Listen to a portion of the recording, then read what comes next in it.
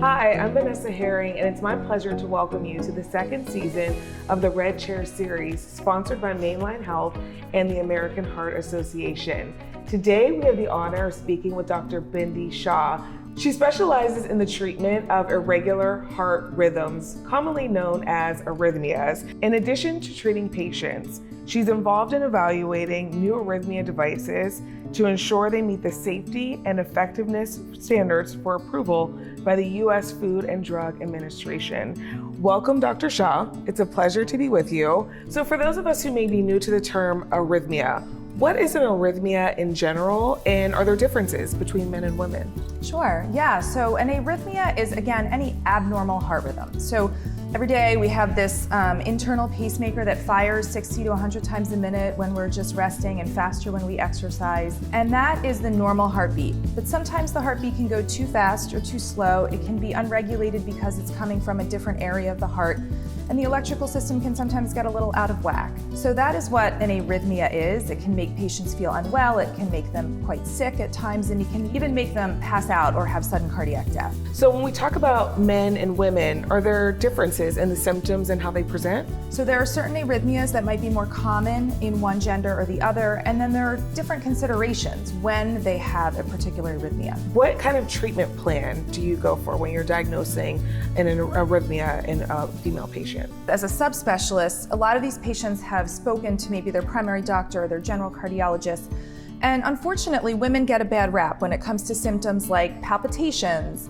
They're sometimes thought to be anxiety. So sometimes these patients have had a really difficult path getting to me because their symptoms aren't always taken as seriously as a man's. And arrhythmias are very common in women, so they shouldn't be discounted or poo-pooed, these symptoms. So my first priority is to really make sure I'm listening to the woman. There are certain arrhythmias that are more common in women, so we're gonna look a little bit harder for those. But in general, the evaluation is similar. We just have to make sure that we give women the attention they need. Speaking of treatment, you work a lot with devices. What devices are commonly used to treat arrhythmia? You know, a lot of women who have arrhythmia that's not yet diagnosed will get a monitor. There's the simplest form, which is an EKG, which most patients have had in their doctor's office at one point or another. But there's also a monitor that can be worn for up to 2 weeks now. That's just a sticker on the chest. There are considerations when you're putting that on a woman and what season it is and what kind of clothing they're wearing, because nobody would want a medical device that's visible. The next step is an implantable monitor, which some patients get. And then even beyond that, pacemakers and defibrillators, if that's warranted in a patient. And speaking of that, when is it appropriate for a woman to maybe consider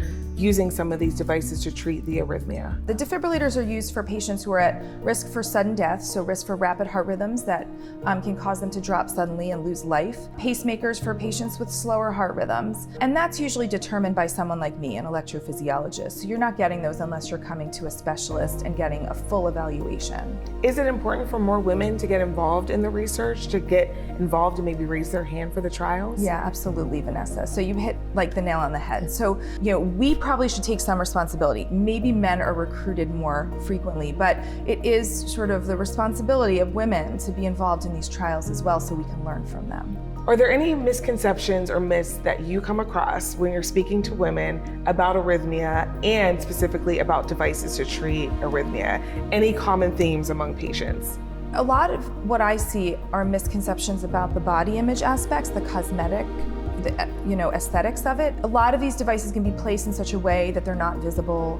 The scars can be shifted a little bit so that they're not visible under most clothing. And so those are questions women should ask. There are really high rates of anxiety and depression after patients get pacemakers and defibrillators. So these are things that we should be on the forefront of how we're managing patients. What advice would you give women who may be experiencing arrhythmia, may think they have an arrhythmia, or may be considering a device?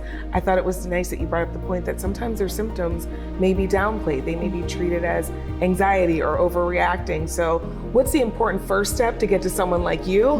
And then once they do see a doctor like you, what kind of questions and advice would you give them? I would just give those women the advice to really be their own advocate. So if they feel that they have a problem, if something doesn't feel right, continue to pursue that.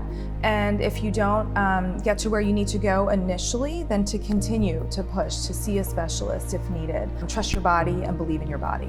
Dr. Shah, is there anything else you'd like to add? I guess just one last thing. I went into this field because the beauty of cardiac electrophysiology or the treatment of arrhythmias is that we can actually fix things. People feel a lot better when they get the right care or the appropriate device or the appropriate procedure. So if you're feeling unwell and you think you have an arrhythmia, it's really important to get the care you need. Thank you, Dr. Shaw. We learned a lot of valuable information about abnormal heart conditions and treatments, and it was a pleasure to have you here for the Red Chair series. Thank you, Vanessa. My pleasure as well. Thank you, and I invite you to stay tuned for more episodes of the Red Chair series for season 2 coming soon.